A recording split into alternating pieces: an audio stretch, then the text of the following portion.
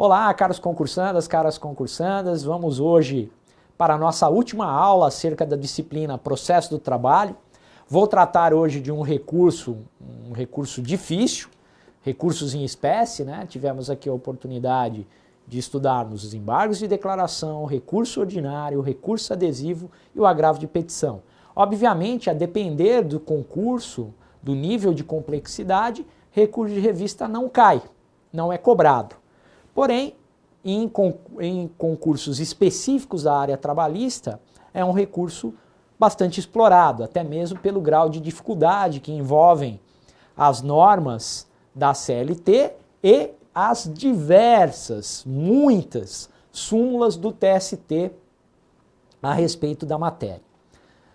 O recurso de revista é um recurso de natureza extraordinária. É um recurso direcionado ao Tribunal Superior do Trabalho. Por isso, a sua natureza extraordinária. O recurso de revista é um recurso eminentemente técnico, um recurso bastante técnico, um recurso vinculado a hipóteses taxativas previstas na CLT acerca do seu cabimento. É um recurso em que não se reexamina fatos e provas. Anotem aí, o recurso de revista é um recurso que tem como objeto principal controvérsias acerca de matérias de direito. É proibido no recurso de revista a reanálise de fatos e de provas, ok? Entendimento sumulado que se aplica ao recurso de revista, se aplica ao recurso extraordinário para o Supremo Tribunal Federal e se aplica ao recurso especial para o Superior Tribunal de Justiça. Aqui, isso, né, recurso especial, previsão no Código de Processo Civil. Estou citando para que possamos fazer um paralelo. O recurso de revista está para o recurso especial direcionado ao Superior Tribunal de Justiça. Eu falei que o recurso tem natureza extraordinária. Não confundam essa natureza extraordinária com o recurso extraordinário propriamente dito. Recurso extraordinário é aquele recurso cabível para o Supremo Tribunal Federal, sempre que houver violação de dispositivos da Constituição da República. É muito interessante isso. No processo trabalhista, nós temos 4 degraus, poderemos dizer assim. 4 instâncias, vamos colocar isso entre aspas. Eu tenho a ação que começa na vara do trabalho, eu tenho dessa ação lá na vara do trabalho tem a sentença, da sentença cabe recurso ordinário para o Tribunal Regional do Trabalho. No Tribunal Regional do Trabalho, a turma do Tribunal Regional do Trabalho profere um acórdão, uma decisão colegiada.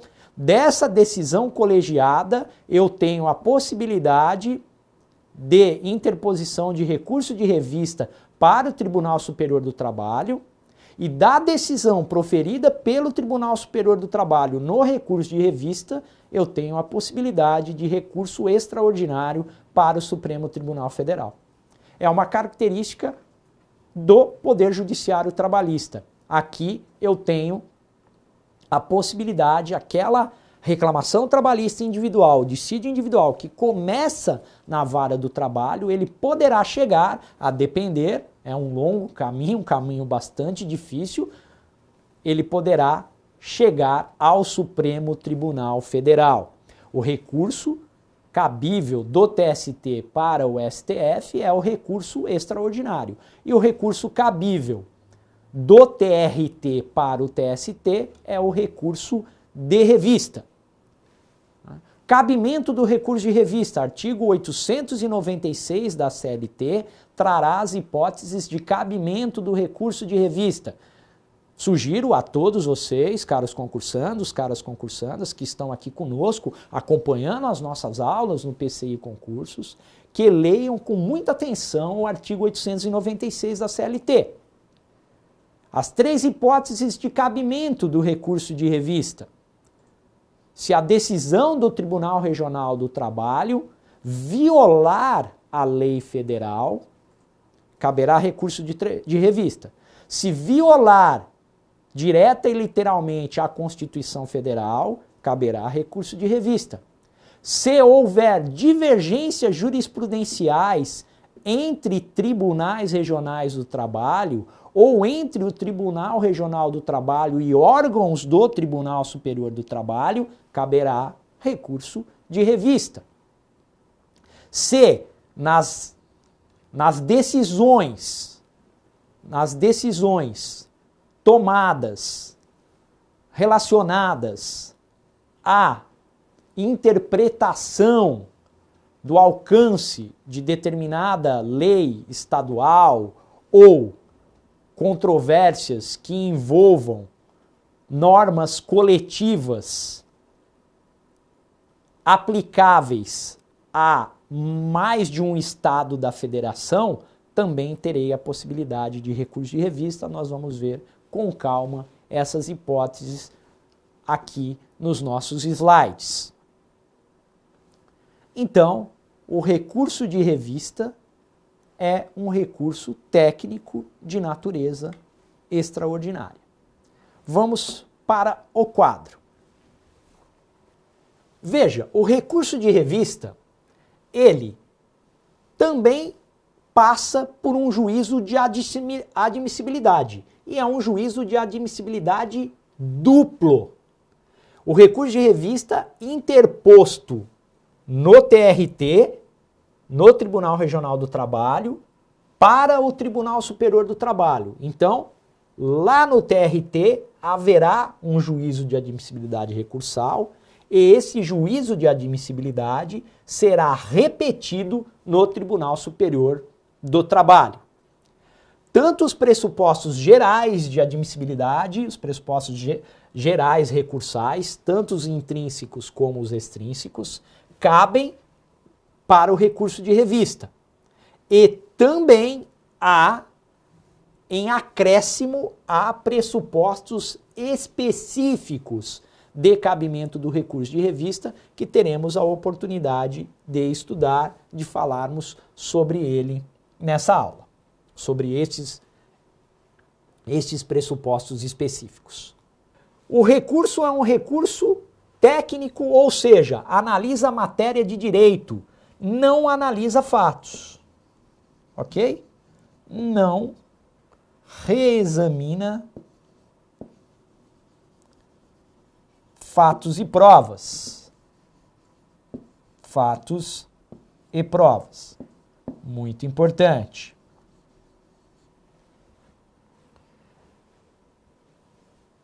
O cabimento, artigo 896. Aqui é importante que nós façamos uma leitura pormenorizada do artigo, porque ele responde a muitas indagações. Cabe recurso de revista para a turma do Tribunal Superior do Trabalho das decisões, atenção, proferidas em grau de recurso ordinário, em dissídio individual, pelos tribunais regionais do trabalho. Vejam, pessoal, é muito importante. O artigo 896 está dizendo que cabe das decisões proferidas em recurso ordinário, ou seja, o dissídio começou na vara do trabalho e ele é um dissídio individual. Houve uma sentença, da sentença houve recurso ordinário, da decisão proferida no recurso ordinário pelas turmas do Tribunal Regional do Trabalho, ou mesmo naqueles casos de decisões monocráticas do relator no TRT, caberá recurso de revista para uma das turmas do TST. Quando essa decisão der interpretação divergente à lei federal. No caso de divergência interpretativa da lei federal entre tribunais regionais do trabalho, ou seja, não cabe recurso, vamos lá, né? Em primeiro, não cabe recurso de revista em dissídios coletivos, somente em dissídio individual. Quando? Três hipóteses de cabimento desse recurso de revista. Quando a divergência na interpretação de lei federal envolver tribunais regionais do trabalho distintos. Não importa se essa decisão advém do pleno ou da turma dos tribunais regionais do trabalho envolvidos. Não há que se falar, a contrário senso, não há que se falar em recurso de revista em face de decisões divergentes entre turmas de um mesmo Tribunal Regional do Trabalho. Só se forem tribunais regionais do trabalho distintos. Ou se a divergência for entre a decisão do TRT e a decisão da seção de dissídios individuais do TST. Então, se houver divergência entre TRTs ou entre o TRT e o TST, no caso, a seção de dissídios individuais, caberá recurso de revista. Se a decisão do TRT contrariar súmula de jurisprudência uniforme do TST ou súmula vinculante do STF, também caberá recurso de revista. A letra A, ela traz a hipótese de divergência jurisprudencial, pessoal. Então, o recurso de revista ele tem como objetivo a convergência da jurisprudência, evitar decisões distintas acerca de matérias de direito. A letra B diz de decisões que derem ao mesmo dispositivo de lei estadual, a convenção ou acordo coletivo de trabalho, normas coletivas previstas em instrumentos negociais coletivos, sentenças normativas, aquelas sentenças proferidas pelos tribunais em dissídios coletivos, ou regulamento empresarial de observância obrigatória. Então vejam, se a decisão proferida pelo TRT em sede de recurso ordinário, no dissídio individual, der interpretação diversa de lei estadual, convenção coletiva, acordo coletivo, sentença normativa ou regulamento empresarial, se houver divergência interpretativa em torno desses instrumentos, ou em torno de lei estadual, de regulamento empresarial, de sentença normativa, e a área territorial exceder a jurisdição do TRT que prolatou a decisão, na forma da linha A, também caberá recurso de revista.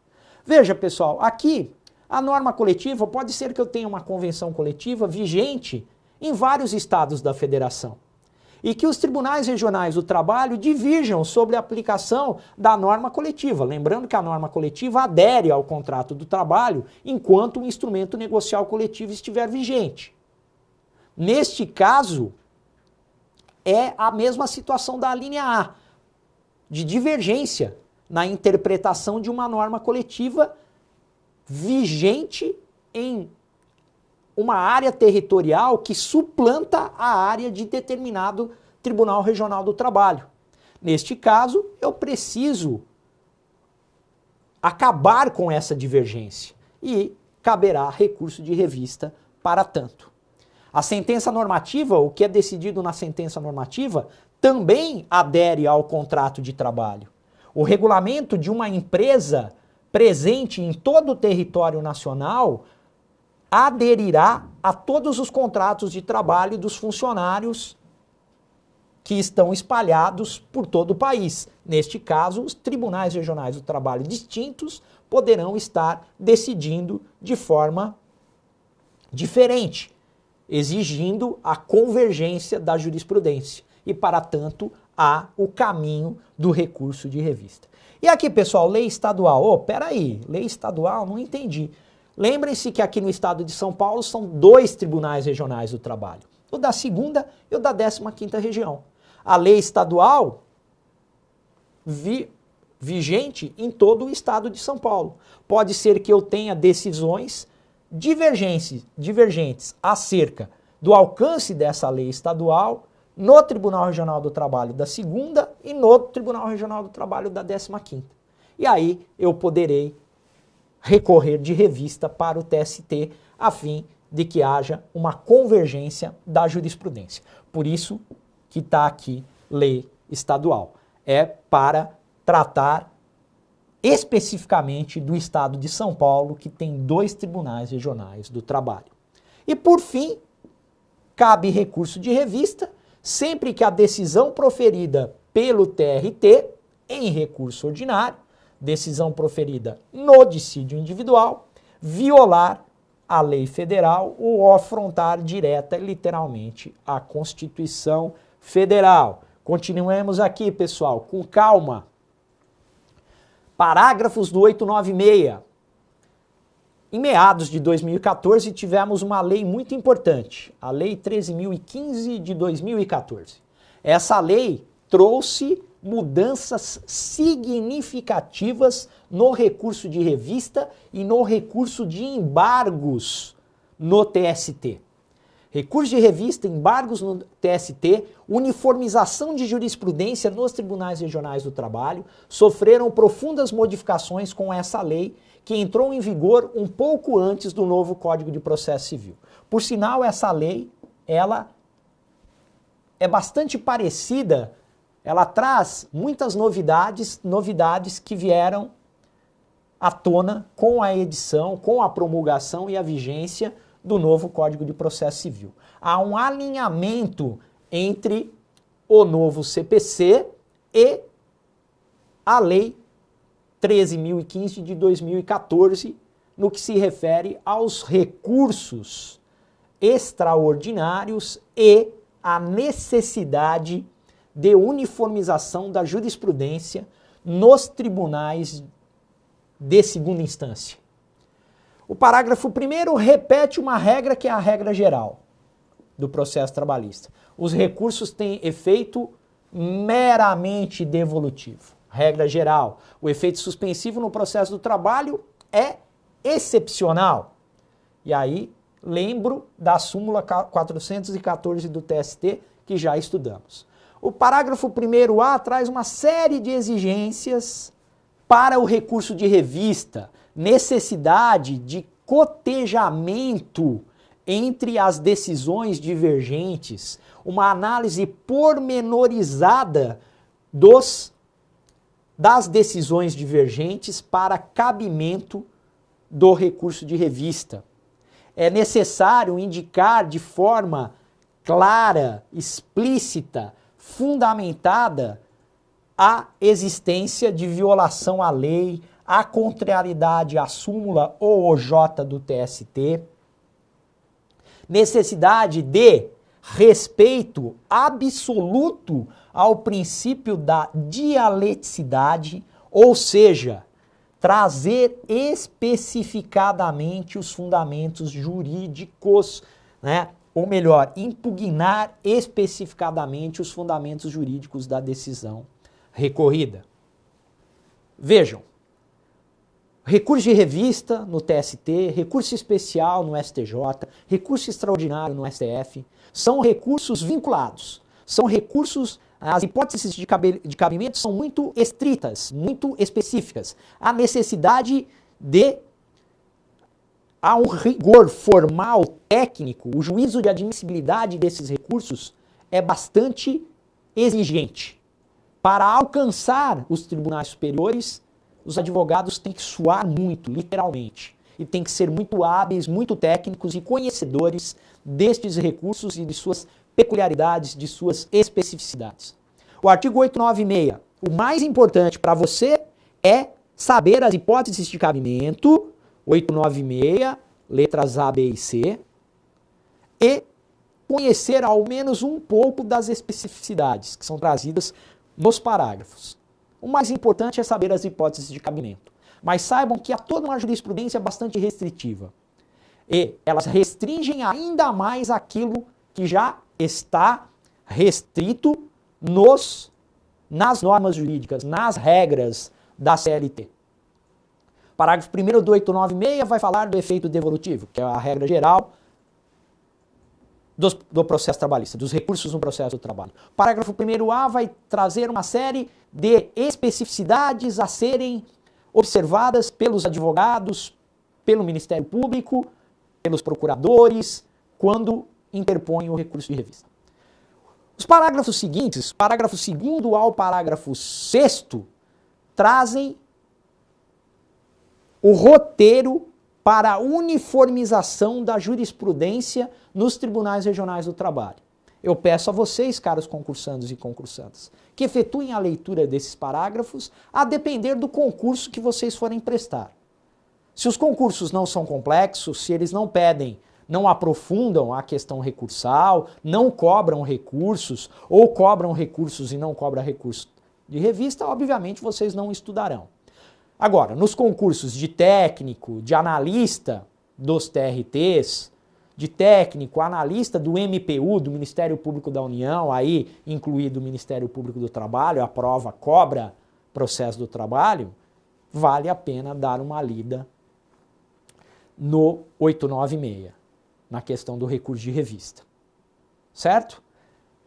As próximas telas trarão os parágrafos do 896, parágrafo 2º a parágrafo 6º, traz todo o procedimento para uniformização da jurisprudência nos tribunais regionais do trabalho. Eu sequer vou tecer maiores considerações sobre isso. Não é cabível na nossa aula, nós vamos um pouco mais à frente, parágrafo 7º ao parágrafo 10, para tratar de algumas questões que valem a pena, aí sim vale a pena a gente se deter com um pouco mais de calma. Vamos lá. Então, como eu disse, parágrafo 2º, 3º, 4º, 5º e 6º traz um incidente de uniformização da jurisprudência nos tribunais regionais do trabalho. Lembrando que o recurso de revista, um dos propósitos do recurso de revista é, por fim, a divergência jurisprudencial entre tribunais regionais do trabalho e entre o Tribunal Regional do Trabalho e o Tribunal Superior do Trabalho, representado pela sua seção de dissídios individuais. Súmula número 126, como eu disse no começo da nossa exposição, da nossa aula, incabível recurso de revista para reexame de fatos e provas. É importante, isso é importante que vocês gravem, que vocês tenham em mente.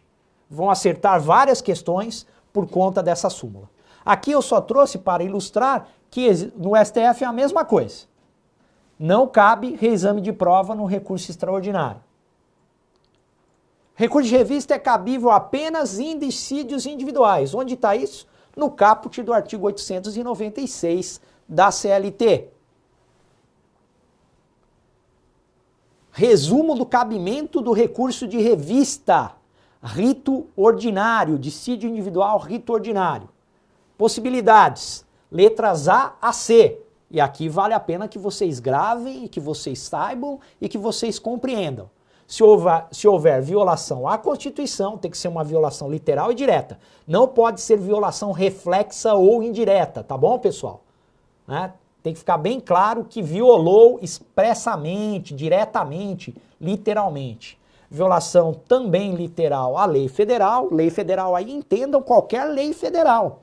Não é só a lei trabalhista federal, qualquer lei federal.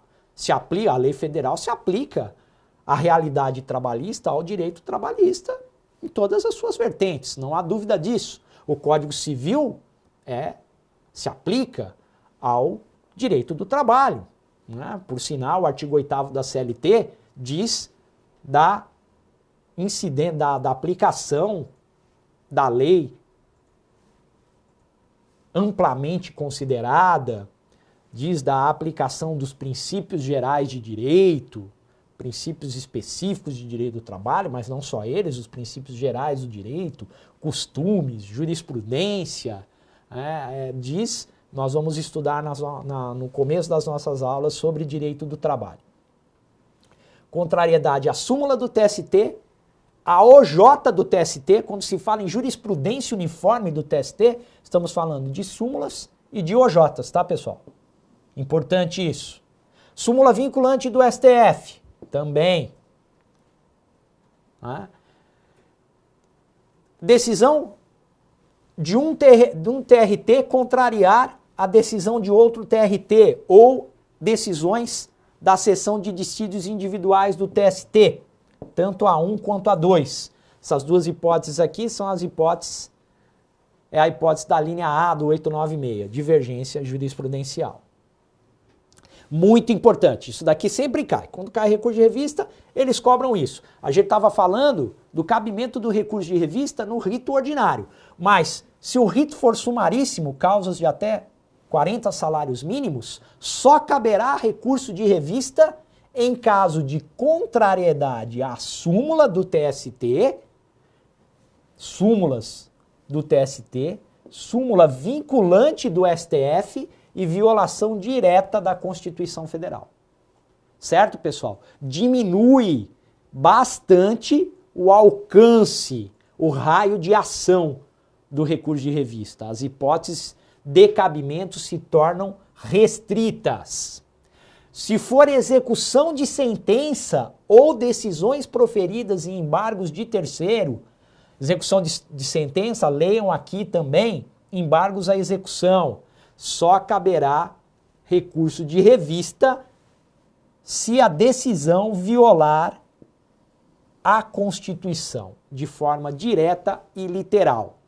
E na execução fiscal, faltou um L aqui.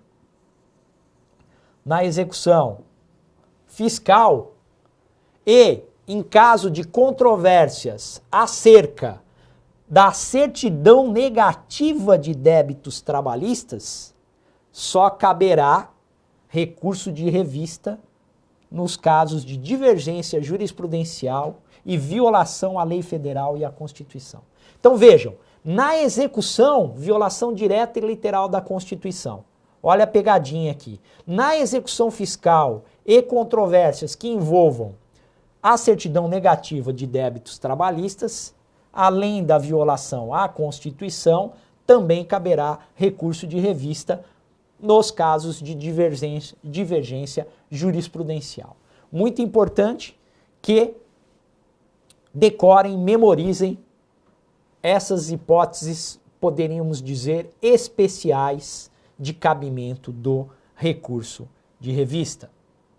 Mais uma vez, aqui só trazendo um pouco mais sobre a competência para julgamento, são as turmas do TST, pressupostos específicos de admissibilidade, todos aqueles pressupostos gerais que já estudamos, mais pré-questionamento e transcendência. Vejam, para que eu possa ter sucesso no meu recurso de revista, a violação da lei federal ou a violação da Constituição, aquela norma violada deve ter sido analisada de forma detalhada, pormenorizadamente, pelo Tribunal Regional do Trabalho. Se não, caso contrário, não será conhecido o recurso de revista. Por isso, a necessidade do pré-questionamento. E como eu pré-questiono? Mediante a oposição de embargos de declaração. Lembra que nós falamos na nossa aula de embargos de declaração? Uma maneira de pré-questionar, de forçar o Tribunal Regional do Trabalho a tecer considerações, a analisar, a discutir a tese de direito é através, por meio dos embargos de declaração. Se o TRT é omisso, se ele não trata do objeto do meu recurso ordinário, se ele não analisa aquele ponto trazido no recurso ordinário acerca da matéria de direito, eu tenho que embargar de declaração. Tudo bem, pessoal? E a transcendência? A transcendência é um requisito específico previsto na CLT, artigo 896-A da CLT, contudo, depende de regulamentação. E essa regulamentação, até o momento, é inexistente.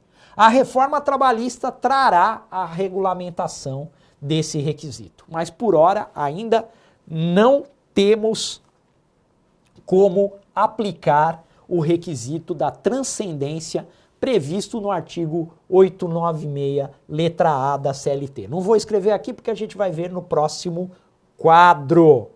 Ok? Pré-questionamento. Algumas questões do pré-questionamento, mesmo no voto vencido, o novo CPC, o que se aplica ao processo do trabalho, mesmo que o pré-questionamento estiver no voto vencido, basta, mesmo que o voto for vencido, servirá ao pré-questionamento.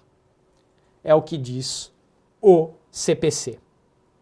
O pré-questionamento ficto, o que é isso? Muitas vezes, como eu disse, você tem que embargar de declaração para que o tribunal supra a omissão, para que ele cuide daquela tese de direito que você deseja discutir.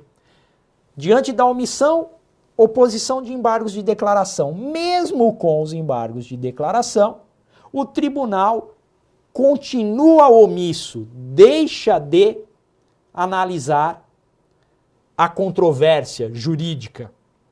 Neste caso, considera-se pré-questionado para todos os efeitos. Ou seja, cabe a você opor embargos de declaração.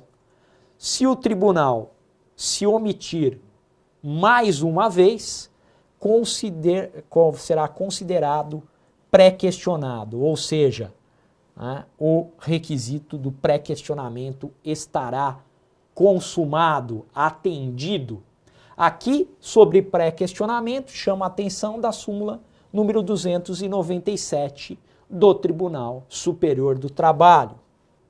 Pré-questionamento, transcendência, que também já tivemos a oportunidade de dizer que depende de regulamentação.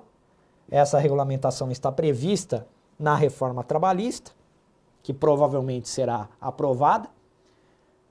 Interpretação divergente, aqui o parágrafo 7 trata especificamente da divergência jurisprudencial, o que deve ser observado para que o recurso de revista seja conhecido e provido, no caso de interpretação divergente. Essa divergência tem que ser atual.